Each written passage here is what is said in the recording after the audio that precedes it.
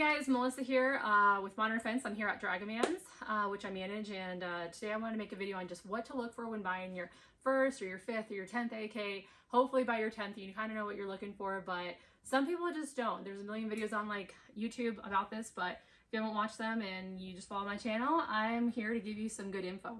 I have a couple of AKs here, and Wasserton, Norinco, Zastava, ZPAP, and a M70 AB2 Yugo. So these are all going to have different features and stuff, but essentially I'm just going to break it down for you for, you know, material of receiver and material of trunnion and all that. Then I'm just going to get into like the fluff stuff, the aesthetics. So essentially what you're looking for is, you know, most of these AKMs, which is essentially an AK-47 in the commercial market, and they're going to be pretty much stamped. It's going to be a sheet of metal, folded, molded out and folded, and just basically made into a receiver for an AK-47. The forged ones are essentially a full block of metal and milled out to be what you want it to be. Those were made in the old like cum block factories, and they're not really being made on the commercial market for citizens to buy unless you get it and you pay a lot of money for it from these companies that are really putting a lot of time into it. In order to figure that out, a lot of these stamped ones, they're going to have this little dimple in the middle of the receiver. The forged ones, like you're going to find with Arsenal, are going to have a larger indentation on the receiver, and that's going to kind of let you know that it was probably forged instead of stamped. Stamped is not horrible, except it's going to just be a little bit less quality than the Arsenal. Obviously, over time, you're going to, you know, those Arsenals you can run forever. All right, so you definitely want to find a solid receiver, and if it's something that you're kind of home building, you know, just really know what you're doing as far as that goes. But that's how you can tell is if it's a forged or a stamped receiver. Just because it's a stamped receiver does not mean it's horrible. It just means that the tolerances are going to be pretty much a little bit less than the forged. All right, when it comes to trunnions, you definitely want to get a forged trunnion over a cast trunnion. The cast trunnions are essentially have like air gaps inside of it, the metal, and it's gonna just have less integrity than the forged trunnions. And if there's a head spacing issue, you have some sort of malfunction in the chamber, and you have a cast trunnion, that's all a recipe for a disaster. You can pretty much do your research beforehand. There's really no easy way to tell just by looking at the trunnion, and the trunnion is this part. The trunnion is what fits in the barrel to meet the receiver. So it serves a pretty important part, and that's also kind of the area that holds the explosion if it were to go off. And essentially, if you have a poorly made trunnion, it could potentially damage some appendages that you don't really want to lose. So get a nice forged trunnion and do your research on it. Yes, there are companies still making cast trunnions. Why they're making cast trunnions, it's extremely less expensive to make the cast trunnions than the forged trunnions. So they're saving money, they're overpricing them, and these guys are walking away with a lot of money that work at the company. And I don't know how they sleep at night, but you should really be doing your research and buying something that has a forged trunnion in it. All right, so also with head spacing, you can get the head spacing gauges, and that lets you know that over time, maybe at first you bought it, the head spacing was great, and essentially the head spacing is the distance from the front of the bolt, or the face of the bolt, to the datum point of a cartridge. So where the cartridge starts to taper off from the front of the bolt to that datum point is going to essentially be your head space, or really where the front of the bolt meets essentially the barrel.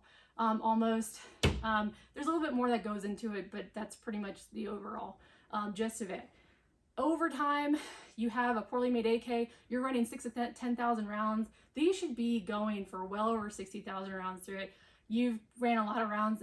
Check that head spacing again, make sure that it's still on. If it shows that it's off, and you can get the no-go gauges or the go gauges. If you're a gunsmith, you definitely know what I'm talking about. And that will let you know really easily, especially if you're building at home, whether the head spacing is correct. And just get the head spacing gauges. They're like 30 bucks, and you can just check the head spacing, because if you have a cast trunnion and your head spacing's off, it's not good. Also, lastly, some of these stamp receivers have a 1.5 millimeter thick receiver. Some have a 1 millimeter thick receiver. I personally like the extra thickness, so if that's something that you're looking for, I know that with the Zastava, The OPAPs and the Gen 1 models had a 1.5 millimeter thick receiver, and also the ZPAP. The NPAPs did not. So look for that. All right, now I'm just going to get into fluff stuff. If you're looking for something that can provide an optic compatibility, be compatible with different furniture, there are some variants out there that just will not be compliant compatible with the aftermarket furniture. So many AKs, in my opinion, should be able to be interchangeable with the grip, the stock sometimes, and the trigger. So, you know, do your research before that. A lot of the Yugo AKs, they're not compatible. A lot of the, the domestic made ones are compatible with obviously the domestic furniture, but just really do your research before that. If you are looking for a really great way to mount an optic, get the ones with an optic mount if you can. Also, really quickly, the wonky sights. Yes, you have the rear sight block and the front sight block.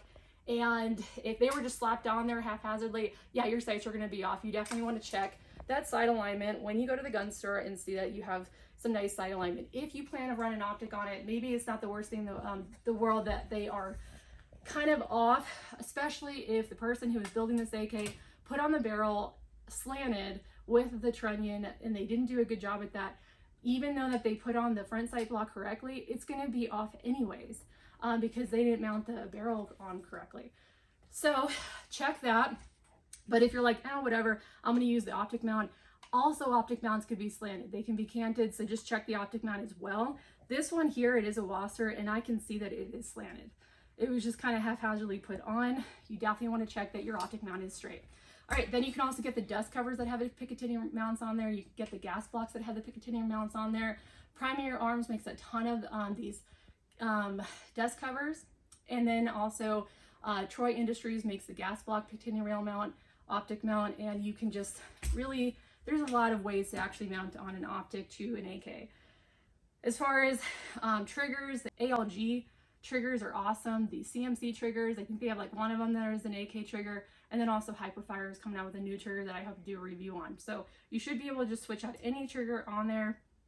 And muzzle brakes, I am going to obviously recommend the Lantec muzzle brake that I did a review on here previously. It actually does reduce the muzzle flip of the gun, and it's like 130 bucks, but it's worth every penny. Just look at all of it. Rivets, I completely forgot to mention rivets. Yes, you want to check the rivets on the stamp receiver. They usually have 6 in the back, 6 in the front, like 2 or 3 in the back. The rivet should be flush with the receiver, almost meshed with the receiver. If you can get a piece of paper underneath that rivet, it is not good.